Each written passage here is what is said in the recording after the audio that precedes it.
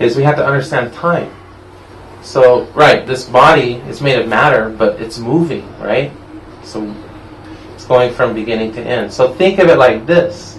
Vedic time is quite interesting, or Eastern concept of time is a lot different than we know time here. In our calendar, we have, a beginning date, 0, or BC, and then it just keeps going in a straight line, and where it goes, nobody knows, right? But in Eastern time, it's like a wheel. So in Vedic time, time is called cyclical. So this is really interesting. It's really interesting, actually. Because think of it like this. Has anyone been to a carnival? Pretty much everyone, right? Who has not ridden on the Ferris wheel? He almost was like... We all did. So when you get on a Ferris wheel, you pay the admission, you jump on, it goes up, then that's the best part, right? You get to see the whole park, right? Then you come down, and it's over, and then you have to get off, right? So life is kind of like that. The way that the Vedic knowledge or Eastern philosophy teaches us is that we come into this life, we take this body, we go for a little ride, it has its youth, its high point, and then we get old, and we have to get off the ride, right? But we are not the ride. We still exist, and the ride still exists. I just got off the ride. So that's what the Vedic knowledge tells us. We took this body kind of like a ride, karma, and then when it's over, we're not over. We just get on a different ride. So that's what is explained about reincarnation. So reincarnation means that we're anti-material, which means we're never born, nor are we ever die, because that's the qualities of matter. Matter is not conscious, but we are conscious, and we don't go through those stages. Therefore, Bhagavad Gita says we're always present. We're always existing in the now.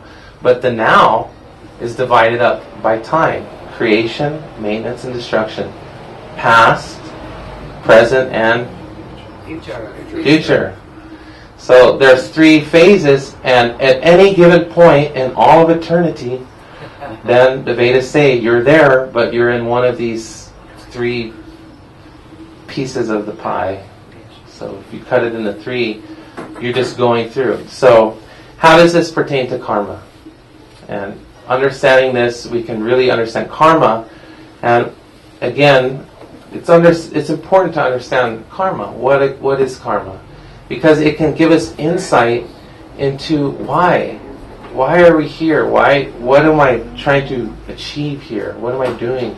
Why am I in the situation I'm in? So how does this pertain to karma? The first thing is that we have to understand that this pillow, or this mat, or this kartal, like we said, it's dead. So dead things obviously don't desire. A dead body doesn't desire. But it's us, the conscious, the soul, which desires. So that desire is a very powerful force. That desire is what we call the cause, the original cause, right? So you want something in your life, and then you have to achieve it. So you desire to come to Krishna Lounge, and that desire started deep inside. It was like I want something, then Krishna Lounge, then it started to actually come to reality. So desire is like that. Desire means that you plant a seed, and that seed is going to grow. So whatever you desire in this life, you're planting seeds. So, and actually a good analogy is desire is kind of like a ticking time bomb. We never thought of it like that, did we? But desire is like, it's a ticking time bomb waiting to go off. So when you carry around all these desires, we're all carrying around these ticking time bombs. It's kind of, think of it like that. Why? Because your desires are going to determine how you interact in the world. And what is the world? The world is a bunch of people with a bunch of desires, and they're all interweaving, and they're all, so sometimes they call this the web of desire, or the web of karma. So it's very intricate. So you have desires, And those desires determine how you interact with people. So you want something really bad, but this person in front of you cut in line, and now you're like, hey, dummy, I was here first. Then they look at you and they say, hey, it's a free country, or something, Then you get in an argument, and then you leave and you feel bad, right? And you kind of feel like, geez, that person. So actually what happened is, in a way you can say you created some karma, some bad karma, right? And it all comes back to you, because what you're doing is you're planting seeds. You're planting a destiny. So everything we do with our life, which stems from desire, we create a destiny. We create a future. So it's important for us to know that we all carry this potency within us that's extremely powerful. Extremely powerful. It's desire. And it's extremely powerful because we create our destiny and we create what the world looks like. We look at the world, what is it? It's a bunch of people desiring. So when there's wars, what is a war? People desiring something so bad that they build a huge bomb and they send it over to another country, right? So we have to understand desire is creating this karma, and it creates a future, a destiny. So time, all of this starts to come into play, that we're spiritual beings, but when we desire material things, then we create various karma, and according to that desire, we take on a particular body when creation. For example, when the body dies, the soul's reborn, and then that body is born with as the fruits of all the seeds in the past life. And everything we do in this life create more seeds. So you can see how it gets more complicated, more intricate. It's quite amazing.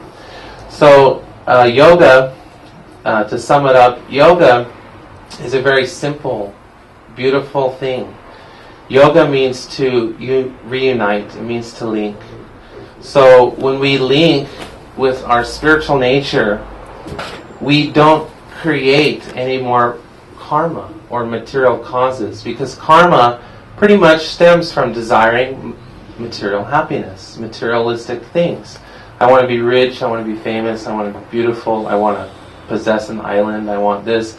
Even a little thing like a material desire, like I just want to be by the ocean, simple things like all those desires to enjoy nature, we manifest ourselves here with this material body, and we have to undergo these cycles. So this is what the Vedas teach us, and through yoga we can end that. And therefore karma becomes karma yoga when we start to work in a way that we flourish our spiritual desires, our spiritual nature. When we work, what is the spiritual nature? It's simple, it's love. When we flourish love, when we plant the seeds of spiritual love, we don't see people, I don't love you because what you give me, or I don't love you because you're famous, but I love you because you're just like me. You're a consciousness. We're all here, we're all sharing this divine experience. So when we tune in to that spiritual platform and we start working using our work, our words, our mind, our music, everything, then we do it in a way that helps us grow and attain our spiritual nature, and you could say it burns off karma. So I think I'll end there.